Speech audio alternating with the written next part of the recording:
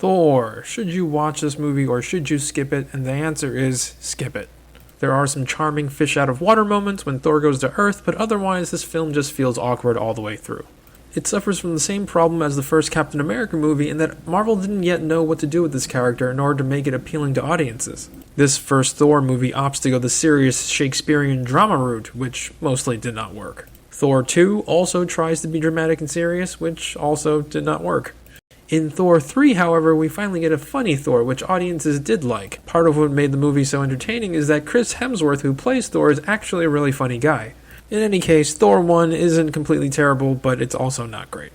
Thor is about Thor, the god of thunder, an Asgardian. In the Marvel Cinematic Universe, the Asgardians are not actually gods in the mythical sense, but a race of super powerful aliens who call themselves gods and who command advanced technology as well as magic. The Asgardians regularly visited Earth, and that inspired Norse mythology. The Asgardians are led by Odin, king of the Asgardians.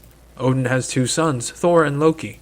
During the coronation ceremony to pass the crown to Thor, Asgard, home of the Asgardians, is attacked by frost giants. Thor foams at the mouth and wants retaliation, potentially violating the peace treaty between Asgardians and frost giants. Odin is taken aback by Thor's bloodlust and rescinds his coronation.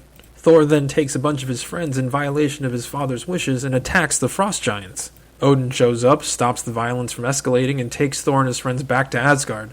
After returning to Asgard, Odin strips Thor of his powers and banishes him to Earth. He also enchants Thor's hammer to give Thor back his powers if he is worthy and sends the hammer to Earth as well. On Earth, Thor meets Jane Foster, a scientist. Jane helps Thor acclimate to Earth.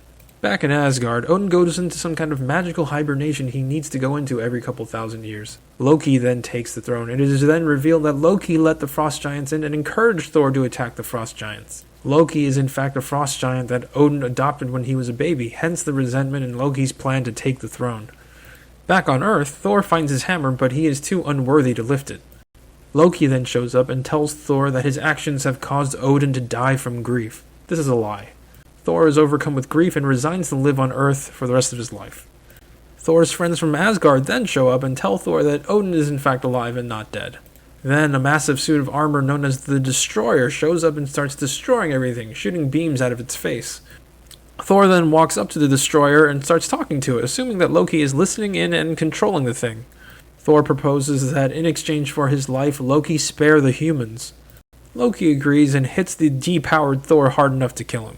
Now that Thor has shown that he is willing to sacrifice his own life, he is now worthy. Thor's hammer now flies over to his hand and gives him all his powers back. Thor destroys the Destroyer and then beams over to Asgard to fight Loki. They get into a fight, Loki falls somewhere, and Thor wins and saves Asgard as well as the Earth. The end. The one big takeaway from this movie is that Loki is obviously not dead. He shows up in the Avengers movie, which is what all these movies have been building up towards, the big tentpole team-up movie, and he is the main villain, in fact. Over the years, Loki actually becomes a fan-favorite character and now has his own show on Disney+, which is entering its second season. Anyways, that is the end of this video. I hope you enjoyed watching this as much as I enjoyed making it. If you liked what you've seen here, please like, comment, or subscribe.